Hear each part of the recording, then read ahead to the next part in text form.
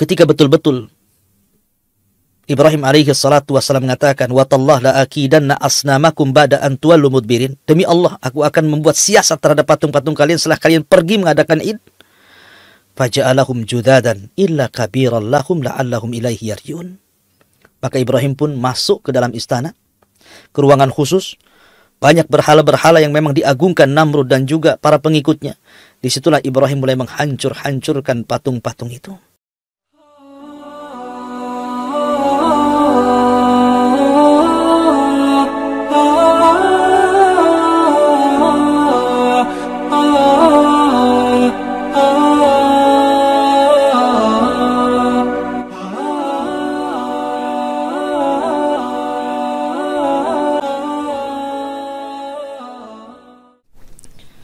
Bismillahirrahmanirrahim.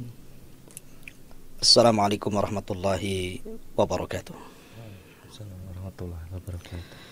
Bihamdillahi wassalatu wassalamu ala rasulillah wa ala alihi wa sahbihi wa mawalah wa la hawla wa la quwata illa billahi wa ba'du.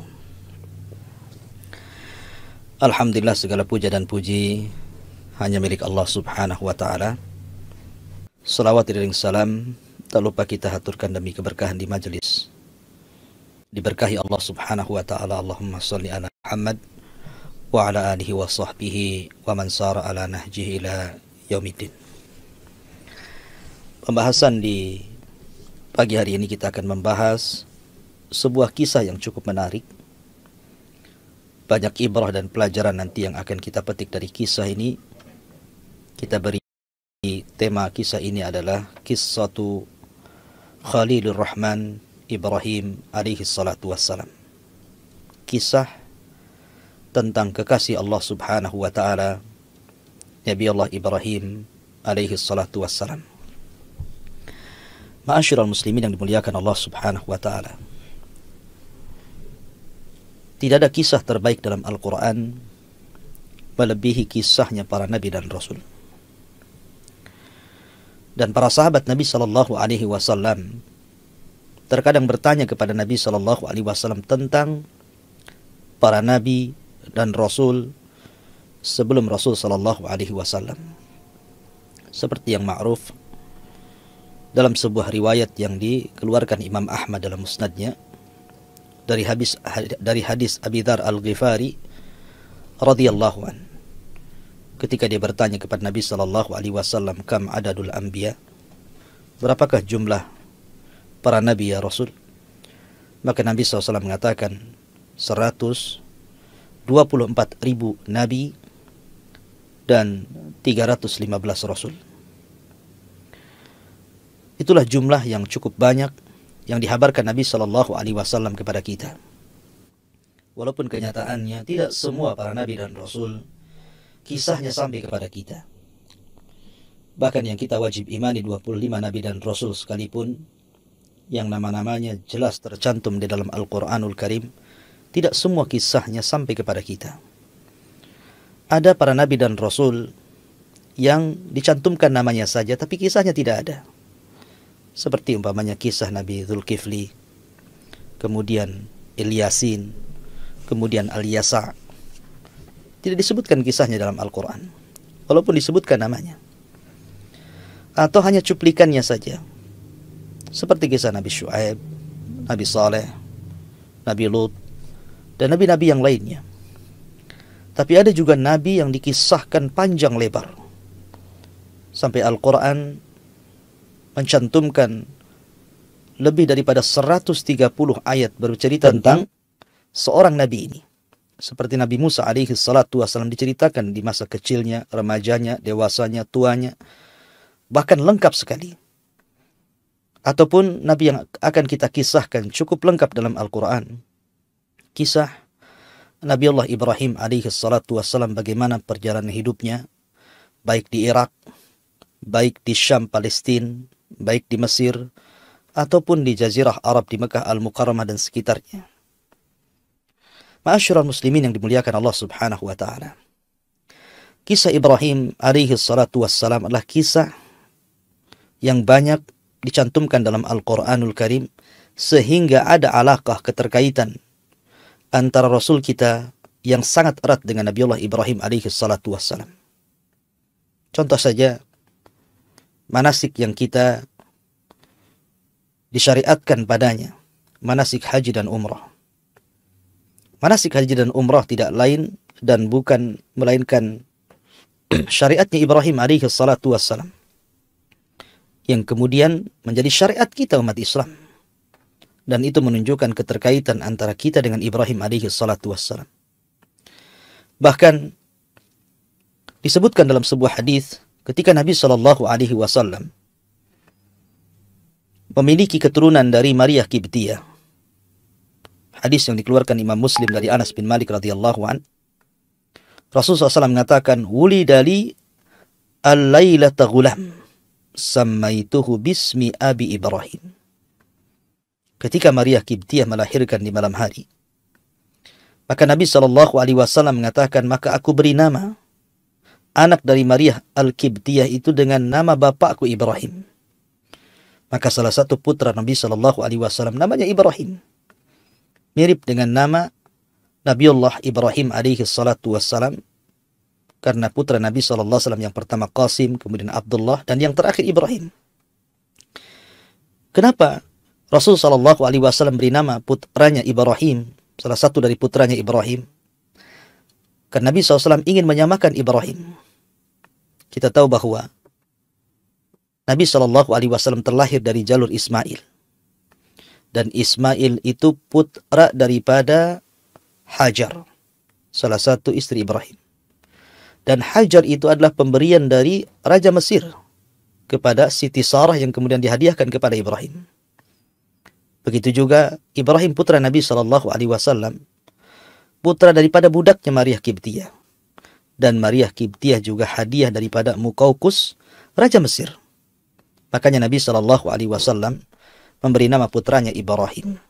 Dan itu menunjukkan ada keterkaitan Rasul Sallallahu alaihi wasallam dengan Nabiullah Ibrahim alaihi salatu wassalam. Bahkan ketika Nabi Sallallahu alaihi wasallam diisrakan oleh Allah Subhanahu wa taala dan dimi'rajkan ke langit, maka Nabi Sallallahu alaihi wasallam dipertemukan dengan Ibrahim pada langit ketujuh. Kemudian Nabi Sallallahu alaihi wasallam mengatakan, "Wa ra'aitu Ibrahim salawatullah alaihi wasalamu fa idza aqrabu man ra'aitu bihi syabahan sahibukum yakni nafsahu wa ra'aitu Jibril alaihi salatu wassalam fa idza aqrabu man ra'aitu bihi syabahan dihyatul kalbi." Kata Nabi sallallahu alaihi wasallam dalam sebuah hadis yang dikeluarkan Imam Muslim, ketika aku melihat Nabiullah Ibrahim di langit ketujuh ketika peristiwa Mi'raj, maka aku lihat Ibrahim wajahnya sangat mirip dengan diriku. Maksudnya wajah Nabi sallallahu alaihi wasallam sangat mirip dengan Ibrahim alaihi salatu wassalam. Dan ketika aku melihat Jibril, maka aku melihat Jibril sangat mirip wajahnya dengan Dihyatul Kalbi, seorang sahabat yang paling tampan yang ada di kota Makkah kala itu. Artinya bahwa Ibrahim alaihi salatu wassalam dengan Nabi sallallahu alaihi wasallam ada kemiripan wajah. Ya, karena memang Nabi sallallahu alaihi wasallam turunan Ibrahim dari Ismail. Ma'asyiral muslimin yang dimuliakan Allah Azza wa Jalla, bahkan Nabi sallallahu alaihi wasallam pernah melihat saat peristiwa Isra Mi'raj, Ibrahim alaihi salatu wassalam menyandarkan punggungnya ke Baitul Ma'mur. Tentu al-jaza'u min jinsil amal. Sebagaimana Ibrahim alaihi salatu wassalam sudah membangun Ka'bah di bumi, maka sebagai balasannya, dia pun disandarkan punggungnya di Ka'bah para malaikat di Baitul Ma'mur, yang setiap hari masuk ke Baitul Ma'mur itu 70 alfa malakin la ya'uduna ilaih. 70.000 malaikat yang tawaf di situ. Setiap harinya keluar, kemudian datang malaikat dengan jumlah yang sama, kemudian keluar lagi, kemudian datang malaikat dengan jumlah yang sama, dan begitu seterusnya. Wa ma ya'lamu junuda rabbika illahu. Tidak ada yang tahu jumlah para malaikat kecuali Allah Subhanahu wa ta'ala. Ma'asyiral muslimin yang dimuliakan Allah Azza wa Jalla, Nabi sallallahu alaihi wasallam juga menceritakan tentang keutamaan Ibrahim alaihi salatu wasallam dalam hadisnya. Kata Nabi SAW, "Inna awwalal khalaik yuqsa yawmal qiyamah Ibrahim alaihi salatu wassalam.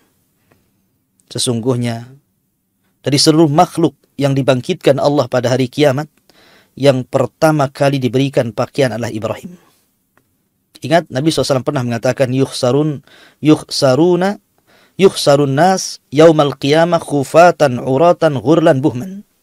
Jadi manusia akan dibangkitkan pada hari kiamat itu tanpa ada pakaian yang di badan, telanjang, kemudian tanpa beralas kaki, kembali tidak dikhitan, dan tidak membawa satupun harta di badan.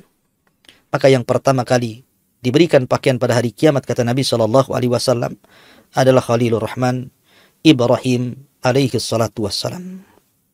Ma'asyiral muslimin yang dimuliakan Allah Azza wa Jalla. Bahkan kita diberi nama kaum muslimin. Yang memberi nama kaum muslimin adalah Ibrahim alaihi salatu wassalam. Kalau umat dulu ada namanya Yahudi karena dinisbatkan kepada Yahuda. Kalau dulu ada namanya Masihiyin atau Nasrani karena dinisbatkan kepada Isa al-Masih. Tetapi kita kaum muslimin tidak dinisbatkan kepada Muhammadiyin. Tetapi kita disebut al-muslimun. Siapa yang beri nama al-muslimun kepada kita? Ibrahim alaihi salatu wassalam.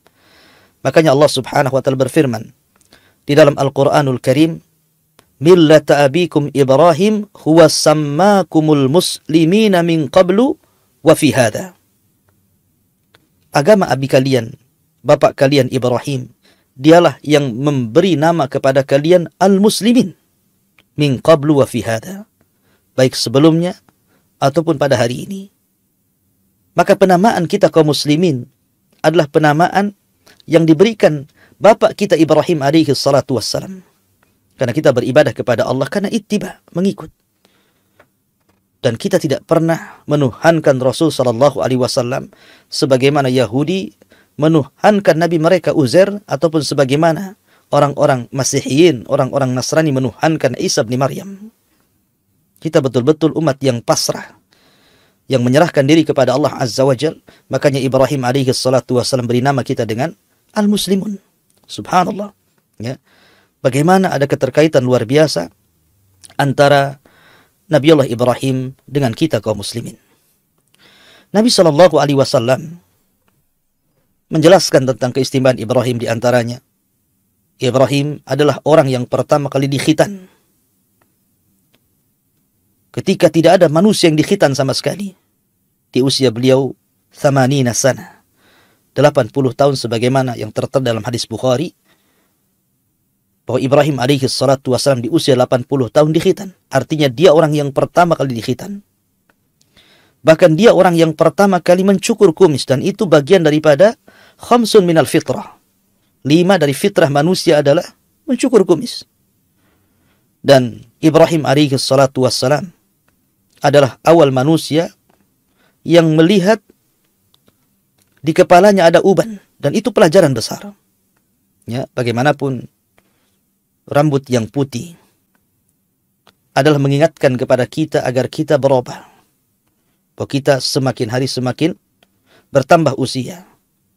Dan Ibrahim orang yang pertama kali melihat hal itu. Kemudian juga Ibrahim alaihi salatu wassalam adalah orang yang mengajarkan kepada kita bagaimana iqramud dhaif, memuliakan tamu. Karena dia orang yang pertama kali memuliakan tamu. Makanya disebut Abu Dhifan, bapaknya para tamu. Bahkan Ibrahim sendiri adalah Abul Anbiya wal Mursalin, bapaknya para nabi dan rasul. Ma'asyiral muslimin yang dimuliakan Allah Azza wa Jalla. Ketika Allah Subhanahu wa taala menurunkan Adam alaihi salatu wassalam dari surga ke bumi, kemudian dari pasangan Adam dan Hawa lahirlah keturunannya. Di antara keturunannya banyak yang menjadi nabi dan rasul. Di antaranya Syith alaihi salatu wassalam, kemudian Idris alaihi salatu wassalam, sampai kepada Nuh alaihi salatu wassalam. Sampai kemudian setelah Nuh lahir juga para nabi dan rasul. Salah satunya adalah Ibrahim alaihi salatu wassalam. Dan sepakat bahwa tidak ada nabi dan rasul yang lebih mulia, lebih utama melebihi Ibrahim alaihi salatu wassalam. Akan tetapi tentu Rasul kita jauh menjangkau keutamaan Ibrahim alaihi salatu wassalam. Artinya dibandingkan dengan para nabi dan rasul selain Nabi sallallahu alaihi wasallam, maka Ibrahim adalah afdalul anbiya, seutama-utama para nabi. Ibrahim alaihi salatu wassalam disebut Abul Anbiya, bapaknya para nabi. Karena Ibrahim alaihi salatu wassalam dikaruniai dua putra oleh Allah Azza wa Jal. Pertama Ismail dan yang kedua Ishak.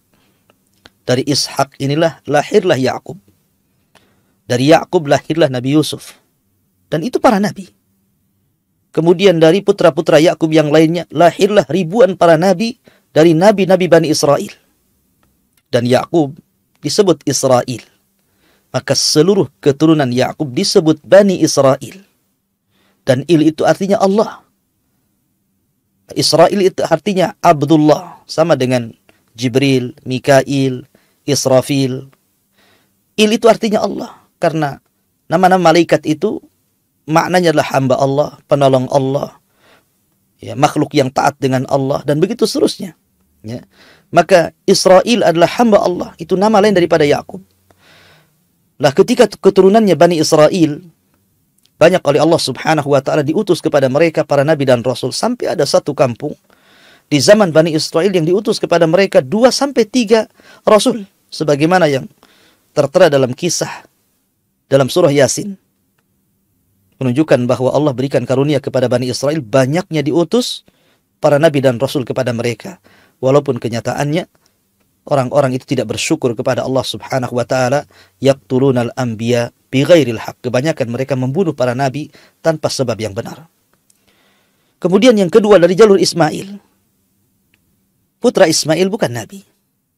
Cucu Ismail bukan nabi. Cicit Ismail bukan nabi. Tetapi ketika kemudian di antara turunan Ismail sampai kepada Abdullah, putra daripada Abdul Muttalib, maka lahirlah Rasul kita Muhammad sallallahu alaihi wasallam yang dijadikan oleh Allah Azza wa Jal khatamul anbiya wal mursalin, sebagai penutup para nabi dan rasul. Adapun dari keturunan Ishak yang menutup nabi dan rasul adalah ketika lahirnya Maryam, kemudian lahirlah Isa bin Maryam. Itulah penutup nabi-nabi Bani Israel, ditutup dengan Isa bin Maryam yang Allah angkat ke langit dan akan turun di akhir zaman. Tetapi penutup para nabi dan rasul setelah Isa bin Maryam adalah dari jalur Ismail, Rasul kita Muhammad sallallahu alaihi wa ala alihi wasallam. Sebab itulah maka Ibrahim disebut Abul Anbiya, karena tidak ada satupun nabi dan rasul setelah Ibrahim kecuali nasabnya kembali kepada Ibrahim alaihi salatu wassalam. Ma'asyiral muslimin yang dimuliakan Allah Azza wa Jalla, kita bagi kisah ini menjadi 4 kisah. Karena Ibrahim itu hidup di 4 negara. Pertama Irak. Ibrahim hidup di kerajaan Kaldaniun atau dikenal dengan Babil yang dibangun oleh Mahlayil. Kemudian yang kedua, Ibrahim hidup di Syam yang sekarang jantung kotanya disebut Palestina. Kemudian yang ketiga, Ibrahim pun pernah hijrah ke Mesir dan juga ada kisah di Mesir. Kemudian Ibrahim pun pernah hijrah ke Mekah Al-Mukarramah, Jazirah Arab, dan memiliki kisah yang panjang di Mekah Al-Mukarramah, sehingga Allah Subhanahu wa ta'ala berfirman, "Wattini waz-zaitun wa turi sinina wa hadzal baladil amin." Demi negeri yang tumbuh padanya tin, maksudnya negeri Irak. Disitulah Ibrahim dilahirkan. Waz-zaitun, demi negeri yang tumbuhnya zaitun, maksudnya Syam, Palestina dan sekitarnya. Dan Ibrahim menikah dengan Siti Sarah di sini, dan banyak kisah di sini. Bahkan para nabi lebih banyak diutus di sini. Kemudian waturi sinin, Tursina. Bukit Tursina maksudnya diisyaratkan ke Mesir. Karena Ibrahim pernah hijrah ke Mesir dan punya kisah di Mesir. Wahadal baladil amin, dan inilah negeri yang aman, maksudnya Mekah Al-Mukarramah. Karena Ibrahim pernah meletakkan Ismail dan Hajar di negeri ini, yang kemudian negeri ini melahirkan dari turunan Ibrahim Sayyidul Anbiya wal Mursalin, Rasul kita Muhammad sallallahu alaihi wasallam. Inilah pembahasan kita tentang kisah-kisah, mudah-mudahan cukup waktunya. Pertama, Ibrahim alaihi salatu wassalam dan negeri Irak. Kita tahu bahwa Nabi Shallallahu Alaihi Wasallam menceritakan banyak tentang kisah Ibrahim dan juga Al-Quranul Karim. Lah salah satunya adalah Nabi Ibrahim alaihi salatu wassalam lahir di Irak, di negeri Kaldaniun atau disebut dengan Babil, sebuah negeri yang dibangun oleh Mahlayil. Negeri yang ketika itu dikuasai oleh satu di antara 4 raja yang pernah menguasai dunia, yang disebut dengan Namrud. Karena ada 4 raja yang menguasai dunia, 2 beriman dan 2 kafir. Yang beriman Sulaiman dan juga Dzulqarnain, dan yang kafir Namrud dan Bukhtun Nasr. Lah Namrud ini menguasai sebagian besar dunia dan kerajaannya ada di Babil. Lah di negeri inilah Ibrahim alaihi salatu wassalam dilahirkan. Ibrahim ibnu Azar, putra daripada Azar. Allah subhanahu wa ta'ala memilih Ibrahim untuk menjadi satu di antara 5 ulul azmi minar rusul. Nuh, Ibrahim, Musa, Isa, dan Nabi Shallallahu Alaihi Wasallam. Sebagaimana adat para nabi, ketika Ibrahim alaihi salatu wasallam diangkat menjadi nabi dan rasul, tentu yang pertama kali dakwahi adalah ayahandanya, keluarganya. Sama dengan Nabi Shallallahu Alaihi Wasallam. Ketika turun ayat wa angdir ashiratakal aqrabin, berilah peringatan keluarga dekat wahai Muhammad, maka Nabi Shallallahu Alaihi Wasallam mengumpulkan keluarganya di Bukit Safa. Kemudian Nabi SAW mulai mendakwahkan kepada mereka dakwah tauhid, mengajak seluruh keluarganya untuk mengucapkan 2 kalimat syahadat. Asyhadu an la ilaha illallah wa asyhadu anna Muhammad Rasulullah. Walaupun ada yang menerima dan ada yang menolaknya, tapi itu konsekuensi dakwah. Makanya Allah Subhanahu wa taala mengatakan ku anfusakum wa ahlikum nara. Jagalah diri kalian dalam satu waktu juga keluarga kalian. Maka Ibrahim alaihi salatu wasallam disebutkan dalam surah Maryam. Wadhkur fil kitabi Ibrahim innahu kana siddiqan nabiyya. Ceritakan ya Muhammad tentang kisah Ibrahim. Sesungguhnya dia seorang yang siddiq, yang jujur, dan dia juga seorang nabi. Idh qala li abihi. Ketika dia berkata kepada ayahnya, ya abati, lima ta'bud ma la yasma' wa la yubsir wa la yughni anka syai'a. Ketika Ibrahim mengatakan kepada ayahnya, Azar, wahai ayahku. Lihat bagaimana Ibrahim alaihi salatu wassalam menghargai, memuliakan ayahnya. Memanggil dengan bahasa yang lembut, ya abati. Dia tidak mengambil ya Azar, namanya. Ya abati dengan panggilan yang lembut dan mengatakan, kenapa kau sembah Tuhan yang tidak mendengar, tidak pernah melihat, dan tidak memiliki sesuatu yang bisa memperkaya dirimu.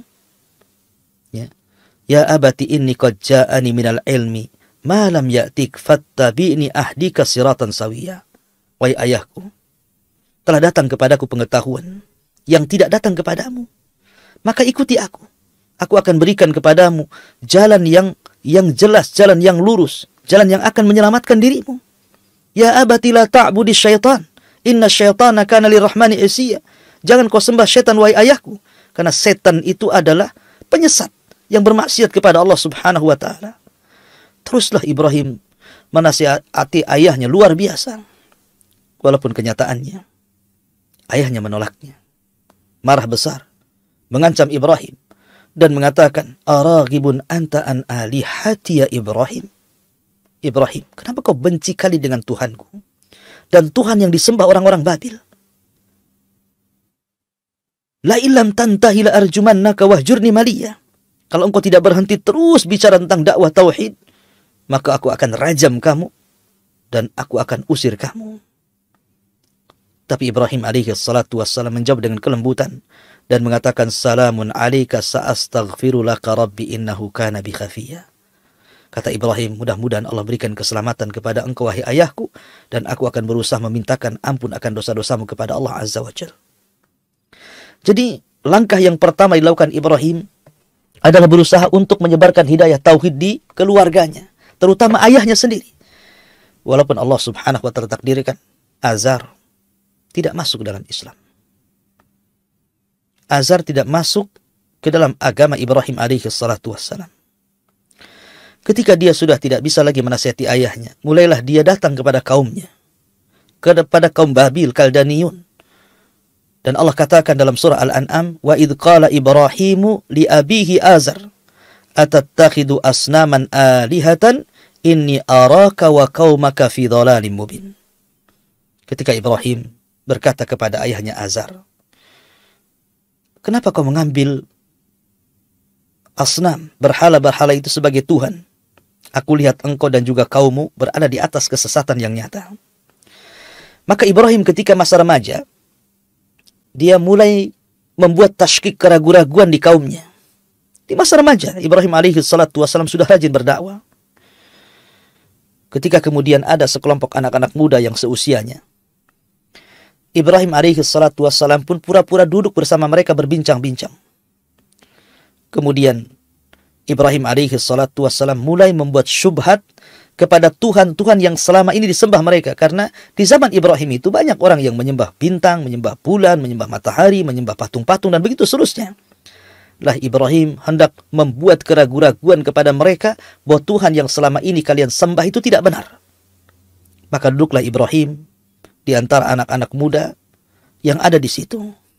Apa kata Ibrahim ketika sudah larut malam? Kemudian orang-orang para penyembah bintang pun mereka mulai menyembah bintang. Kata Ibrahim alaihi salatu wassalam, disebutkan dalam surah Al-An'am, falamma janna alaihi lailu ra'a kaukaba. Ketika malam sudah gelap, bintang sudah bermunculan, maka Ibrahim pun kemudian mengisyaratkan pandangannya ke langit melihat bintang dan mengatakan, hadza rabbi, ini Rabbku. Orang-orang mengatakan Ibrahim sudah mulai menyembah Tuhan. Tetapi ketika kemudian Ibrahim berbincang-bincang sampai pagi hari dan bintang pun kemudian tidak ada, kata Ibrahim, qala la uhibbul afilin. Aku tidak suka Tuhan yang terkadang muncul, terkadang tenggelam. Ya. Kemudian di hari yang lain Ibrahim alaihi salatu wassalam ketika berada di tengah-tengah purnama, bulan purnama yang sangat terang, dia pun mendatangi lagi anak-anak muda seusianya. Kemudian Ibrahim mengatakan, falamma ra'al qamara bazighan qala hadza rabbi. Ketika dia melihat purnama yang sangat bulat, yang sangat terang, dia mengatakan, oh ini Tuhan saya. Falamma afala qala la illam yahdini rabbi la akunanna minal qaumidh dhalin. Tapi ketika bulan kemudian keesokan harinya tiba-tiba hilang, maka Ibrahim mengatakan di hadapan kaumnya, kalau Allah tidak memberikan hidayah kepadaku, tentu aku termasuk orang-orang yang sesat. Lah di pagi harinya muncul matahari. Maka Ibrahim ketika ra'a syamsa bazighatan, memiliki cahaya yang lebih terang dibandingkan bulan dan bintang, Ibrahim mengatakan, hadza rabbi. Oh, boleh jadi ini Tuhan yang benar nih. Bintang sudah enggak benar, muncul tenggelam, bulan sudah enggak benar, pergi dan datang. Oh, mungkin boleh jadi ini matahari Tuhan saya. Dia mengatakan, hadza rabbi, ini Tuhan saya. Kenapa? Hadza akbar, ini lebih besar daripada bulan dan bintang. Falamma afalat. Ketika di sore hari, matahari pun pergi. Matahari pun tenggelam. Maka Ibrahim menyeru kaumnya, ya qaumi inni bari'um mimma tusyrikun. Wahai kaumku, aku berlepas diri dari apa yang kalian sekutukan. Inni wajjahtu wajhiya lilladzi fataras samawati wal ard hanifan wa ma ana minal musyrikin. Sesungguhnya aku arahkan wajahku kepada zat yang telah menciptakan langit dan bumi, hanifan wa ma ana minal musyrikin. Yang lurus, yang tidak menyekutukan Allah, dan saya bukan termasuk orang-orang musyrik. Jadi Ibrahim alaihi salatu wassalam membuat keraguan-raguan kepada kaumnya. Sungguhnya Tuhan yang kalian sembah ini tidak benar. Ya. Bahwa bintang itu kadang tenggelam, kemudian kadang muncul. Bahwa bulan itu kadang datang, kadang pergi. Bahwa matahari itu kadang muncul, kadang hilang. Sebenarnya ada zat yang menjadikan bintang, bulan, dan matahari itu didatangkan dan dipergikan. Kenapa kalian tidak menyembah zat yang mendatangkan bintang, matahari, dan bulan, ataupun yang meniadakan bintang, bulan, dan matahari? Seolah-olah Ibrahim ingin mengatakan seperti itu. Ini bintang ini kadang datang, kadang tenggelam, tentu ada yang menjalankannya. Begitu juga bulan dan matahari. Kenapa kalian tidak menyembah yang menjalankannya saja? Seolah-olah Ibrahim ingin mengatakan seperti itu. Dan itu membuat keraguan-raguan kepada kaumnya. Subhanallah. Di waktu remaja Ibrahim mendakwakan dakwah tauhid, dan harusnya kita seperti itu. Walaqad ba'atsna fi kulli ummatin rasulan an i'budullaha wajtanibut taghut. Dan kami utus pada tiap-tiap umat ini seorang Rasul, di mana tugasnya menyampaikan sembahlah Allah, tauhidkan Allah, esakan Allah, dan jauhi sesembahan selain daripada Allah alias taghut. Itulah tugas kita mendakwahkan tauhid. Ma'asyiral muslimin yang dimuliakan Allah Azza wa Jalla. Tetapi kaumnya pun kaum yang degil, susah beriman kepada Allah Azza wa Jalla.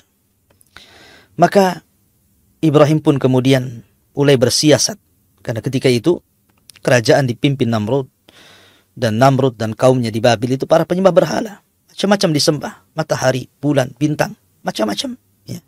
Maka suatu ketika Ibrahim alaihi salatu wassalam melihat bahwa di kerajaannya akan ada pesta yang sangat besar, pesta kerajaan, di mana manusia akan keluar dari istana dan berkumpul di sebuah lapangan. Maka Ibrahim mulai bersiasat di sini. Ketika ayahandanya meminta kepada Ibrahim untuk ikut berpesta dengan Id kerajaan kala itu. Tetapi Ibrahim alaihi salatu wassalam berbohong kepada ayahnya dan mengatakan, "Inni sakim, saya lagi sakit. Kalau ayahanda ingin pergi saja." Padahal Ibrahim mengatakan seperti itu.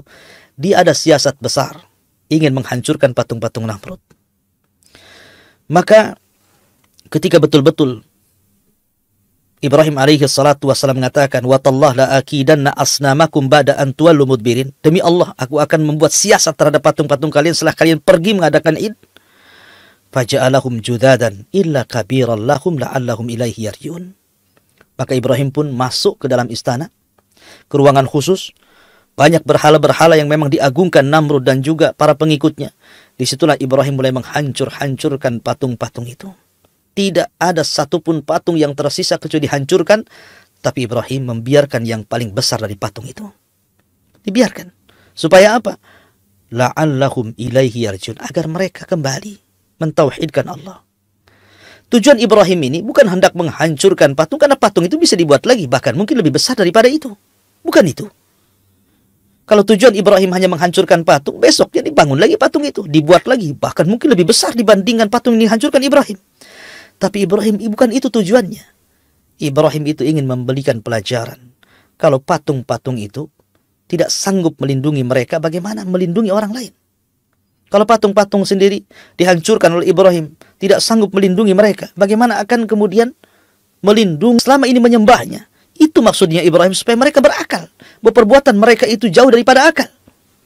Makanya dia mengatakan, la'allahum ilaihi yarji'un, akan mereka kembali mentauhidkan Allah subhanahu wa ta'ala.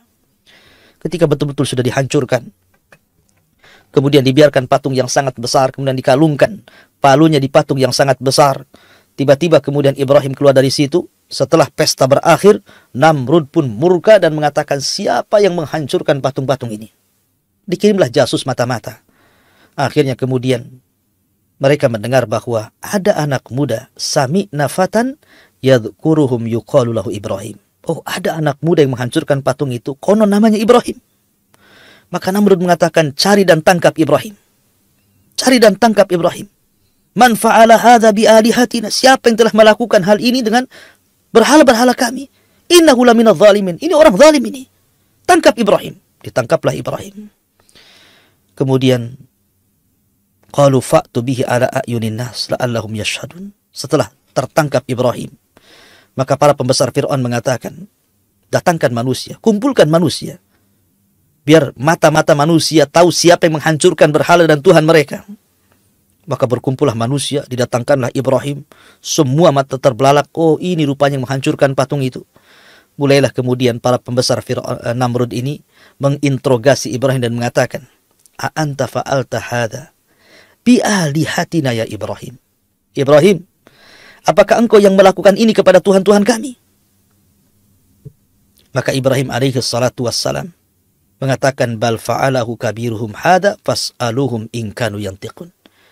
Lihat, Ibrahim ingin pura-pura tidak berdusta.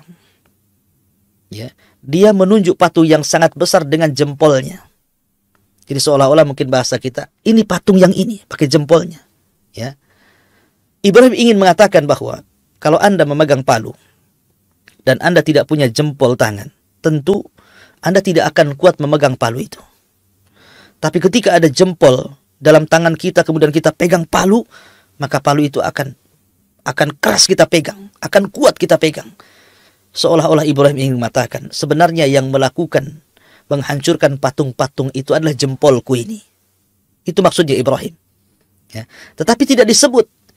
Dia ingin tawari, dia ingin menutupi kebohongannya dan mengatakan bal fa'alahu kabiruhum hadza. Yang melakukan, yang menghancur-hancurkan patung-patung kecil itu maksudnya yang besar ini. Nah, Ibrahim sambil menunjukkan jempolnya, maksudnya jempol saya. Dan orang-orang menyangkanya Ibrahim menunjuk kepada patung itu. Supaya Ibrahim lepas dari dusta maksudnya. Tetapi mereka pun ketika Ibrahim mengatakan fas'aluhum in kanu yantikun, kalau enggak percaya tanya saja kalau mereka bisa bicara. Farajau ila anfusihim faqalu innakum antumudz zalimun. Karena mereka tidak bisa membantah hujah Ibrahim yang sangat kuat. Maka mereka pun melakukan kekuatan hujah dengan cara membakar Ibrahim. Dan mengatakan qalu harrikuhu wansuru alihatikum in kuntum fa'ilin. Kalian harus membela Tuhan-Tuhan kalian, bakar anak ini. Ya. Maka sepakatlah mereka pun mengumpulkan kayu bakar berhari-hari sampai menggunung kemudian dibakar. Maka Ibrahim alaihi salatu wassalam ketika itu disiapkan untuk dilempar ke dalam api itu. Menggunakan manjani ketepel besar karena tidak mungkin dimasukkan. Mendekat api pun panas. Maka dilemparlah Ibrahim alaihi salatu wassalam ke dalam api itu. Subhanallah. Para malaikat telah siap siaga menawarkan kekuatan mereka untuk menolong Ibrahim. Termasuk Jibril, Mikail, malaikat Jabal. Semua para malaikat menawarkan. Tapi Ibrahim hanya mengatakan, amma ilaikum fala wa amma ilallahi fabala. Kalau aku harus meminta pertolongan kepada kalian, wahai para malaikat, tidak. Aku tidak akan minta pertolongan kepada kalian. Tapi kalau aku meminta pertolongan kepada Allah, ya. Aku hanya meminta pertolongan kepada Allah. Hasbunallah wa ni'mal wakil, ni'mal maula wa ni'man nasir. Itu pula yang dikatakan Nabi SAW ketika Abi Sufyan menakut-nakuti akan datang kelompok tentara besar menyerang Madinah. Maka Rasul dan para sahabatnya mengatakan hasbunallah wa ni'mal wakil. Seperti perkataan Ibrahim ketika dilempar ke dalam api, hasbunallah wa ni'mal wakil. Cukuplah Allah karena dia sebaik-baik pelindung. Maka Ibrahim pun kemudian dilempar ke dalam api ketika dia mengatakan hasbunallah wa ni'mal wakil. Maka pertolongan Allah sekejap saja datang kepada Ibrahim. Kemudian dikatakan, ya naru kuni bardan wa salaman ala Ibrahim. Ya naru kuni bardan wa salaman ala Ibrahim. Wahai api, jadilah dingin kalian dan selamatkan Ibrahim. Kalau seandainya Allah hanya mengatakan, wahai api, dinginlah kalian, tentu Ibrahim tidak akan selamat. Karena bagaimanapun, panas ataupun dingin bisa membuat orang mati. Tetapi ketika Allah mengatakan wasalaman ala Ibrahim, dan selamatkan Ibrahim, dan api ini dingin khusus kepada Ibrahim, sehingga api tetap panas pada hari ini. Kalau seandainya Allah mengatakan jadilah api sampai kiamat, tentu api akan dingin. Macam mana Anda akan memasak gitu kalau api dingin itu? Tapi rupanya api dingin ini hanya untuk Ibrahim dan keselamatan Ibrahim alaihi salatu wassalam dari kobaran api itu. Subhanallah. Bagaimana Allah subhanahu wa ta'ala memberikan mukjizat kepada Ibrahim. Ibrahim kebal bakar. Dan itu mukjizat, bukan memakai jimat. Ya. Bahkan dalam sebuah riwayat ada binatang yang disebut dengan wazak. Wazak itu semacam cicak ataupun tokek begitu ya. Nabi SAW pernah mengatakan dalam sebuah hadis dari Ummu Shuraik yang dikeluarkan Imam Bukhari, di mana Nabi SAW bersabda bahwa Nabi itu amara biqatlil wazak, ya, memerintahkan untuk membunuh tokek ataupun cicak begitu ya. Kenapa alasannya? Kana yanfuh ala Ibrahim alaihi salatu wassalam. Ketika seluruh binatang berusaha memadamkan api yang menyala-nyala itu, tiba-tiba datang pula tokek itu malah meniup-niup supaya api itu besar. Maka dari situ Nabi SAW memberikan pahala siapapun yang membunuh tokek, membunuh wazak. Anehnya di zaman sekarang tokek pula dirawat-rawat, harganya sampai ratusan juta. Dia tidak paham bahwa ini binatang harus dibunuh, yang sudah mencelakakan Ibrahim alaihi salatu wassalam. Ya.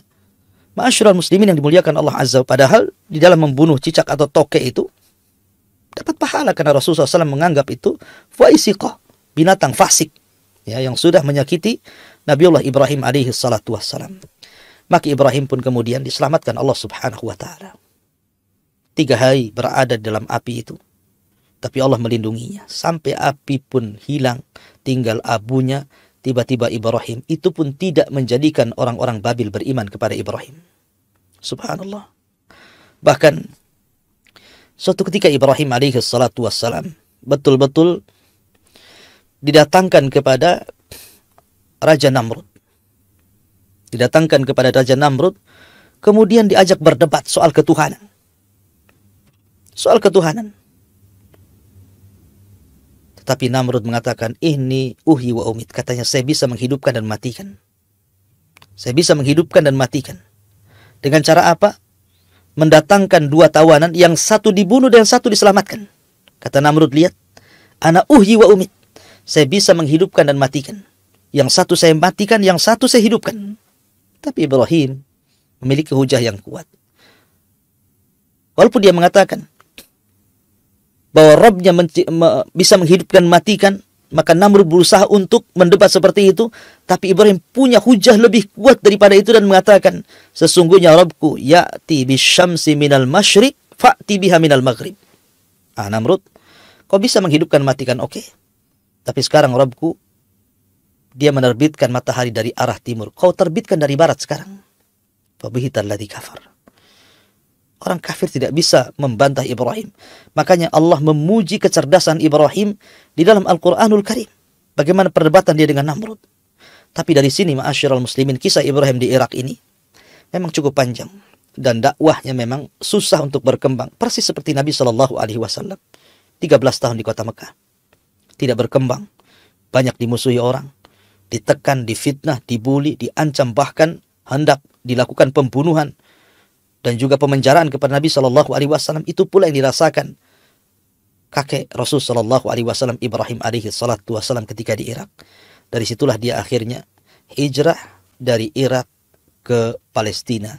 Bagaimana kisah Ibrahim di Palestina, bagaimana kisah Ibrahim di Mesir, bagaimana kisah Ibrahim di Mekah. Tentu ini kisah yang cukup panjang, tidak mungkin dikisahkan dalam satu waktu. InsyaAllah kita akan bersambung kisah ini pada minggu depan. Mudah-mudahan ada manfaatnya.